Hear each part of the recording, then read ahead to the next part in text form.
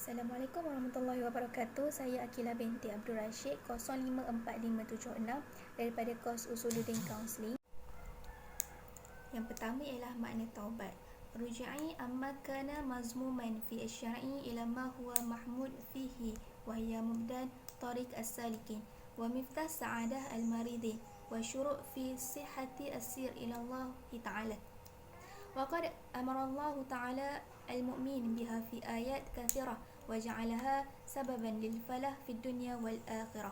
Okey, maksud dia di sini ialah taubat itu bermaksud kembali kepada Allah daripada melakukan perbuatan tercela dalam pandangan syariat Islam kepada perbuatan terpuji dalam pandangan syariat Islam. Taubat ini juga merupakan prinsip utama dalam kegiatan spiritual golongan Sufi dan merupakan kunci utama kebahagiaan para murid dan merupakan syarat sahnya perjalanan menuju Allah. Yang seterusnya ialah ayat daripada ayat Al-Quran. Banyak dalam ayat-ayat Al-Quran Allah memerintahkan hamba-hambanya yang beriman untuk sentiasa melakukan taubat supaya memperolehi keuntungan di dunia dan akhirat. Contohnya dalam surah An-Nur ayat 31, A'udzubillahi minasyaitonirrajim. Bismillahirrahmanirrahim. Wa tubu ilallahi jami'an ayyuhal mu'minun la'allakum tuflihun. Maksudnya ialah, wahai orang-orang yang beriman, lakukanlah taubat supaya kalian memperolehi keuntungan. Maksud keuntungan itu ialah keuntungan di dunia dan juga di akhirat. Yang seterusnya ialah wa kana Rasulullah al-Ma'sum alaihi salatu wassalam kathira ma yujaddadu at-taubah wa yukarriru al-istighfar ta'liman lil ummah wa tashri'an. An al-Aqra bin Yasar al-Mazni radhiyallahu anhu qala Rasulullah sallallahu alaihi wasallam ya ayuhan nas tubu ila Allah wa istighfarahu fa inni atubu fil yaumi ma'iyah marratan. Maksudnya Rasulullah sallallahu alaihi wasallam, seperti kita tahu, dia seorang yang maksum dan memang jauh daripada melakukan kesalahan dan berbuat dosa, tetapi dia sentiasa memperbaharui taubatnya dan sentiasa mengulang-ulangi istighfar supaya dapat memberi pembelajaran dan memberi pensyariatan kepada umat-umatnya yang akan datang untuk sentiasa melakukan taubat. Dan daripada Aqra bin Yasar al-Mazni berkata, wahai orang-orang yang beriman ataupun wahai sekalian manusia, bertaubatlah kalian kepada Allah dan mohonlah ampunnya. Sesungguhnya aku bertaubat kepadanya dalam sehari semalam sebanyak 100 kali. Hadis riwayat Muslim. Hadis ni daripada Rasulullah, tapi daripada Rasulullah dan diriwayatkan dari Aqra bin Yasar al-Muzani. Yang seterusnya adalah syarat taubat. Qala Imam Nawawi rahimallahu ta'ala at-taubah wajiban min kulli dzunub fa in kanat al-ma'siyah bainal 'abdi wa bainallahu ta'ala la tata'allaqu bihaq adami falaha thalatha syarat. Ahdaha an yakla' an al-ma'siyah wathani an yanda 'ala fi'lahu wathalith an ya'zum an la ya'ud ila Allah ilaiha abadan. Okay, maksudnya di sini ialah dalam Riyadhus Salihin, Nawawi ada mengatakan bahawasanya melakukan taubat daripada dosa itu adalah wajib. Namun sekiranya dosa yang dilakukan oleh manusia itu di antara diri dia dengan Allah, maka tiada sangkut pautnya dia dengan hamba-hamba yang lain. Maka untuk melakukan taubat ini ada 3 syarat untuk dipenuhi untuk taubatnya diterima. Yang pertama ialah dia harus menghentikan maksiatnya serta-merta dan tidak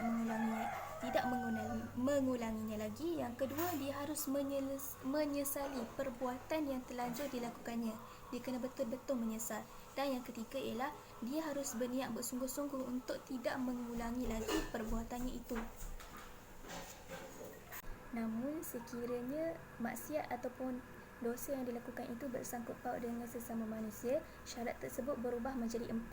3 yang tadi dan tambahan pula lagi 1, iaitu mestilah menyelesaikan urusannya dengan pemilik hak tersebut. Jika hak tersebut adalah harta, maka dia harus mengembalikannya. Jika hak tersebut adalah menuduh orang lain berzina, maka dia harus menyerah diri untuk diberi hukuman dan dia haruslah meminta maaf kepada orang yang dia tuduh tadi. Dan jika hak tersebut adalah ghibah, maka dia haruslah meminta maaf dan haruslah bertaubat daripada semua dosa-dosa yang dilakukannya itu.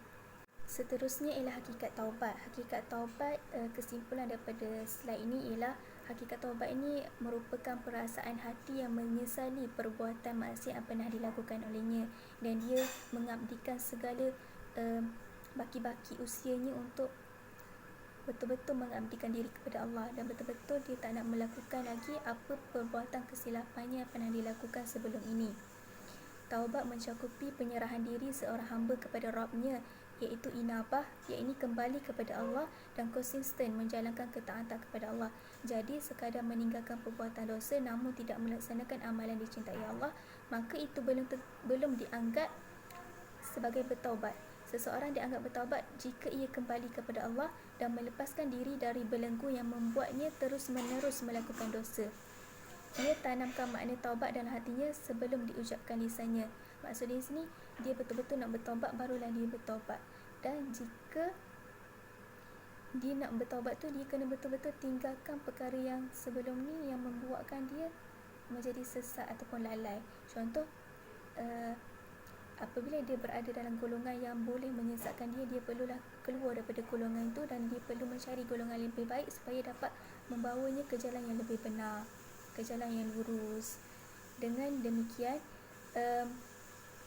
dia mestilah apabila dia bertaubat, dia mestilah berfikir dan dia mestilah letakkan dalam hatinya bahawasanya taubat dia akan diterima Allah jika dia benar-benar bertaubat dengan hati yang penuh ikhlas. Seterusnya ialah jenis-jenis taubat. Taubat ada dua jenis. Yang pertama ialah taubat al-khassah dan yang kedua ialah taubat al-ammah.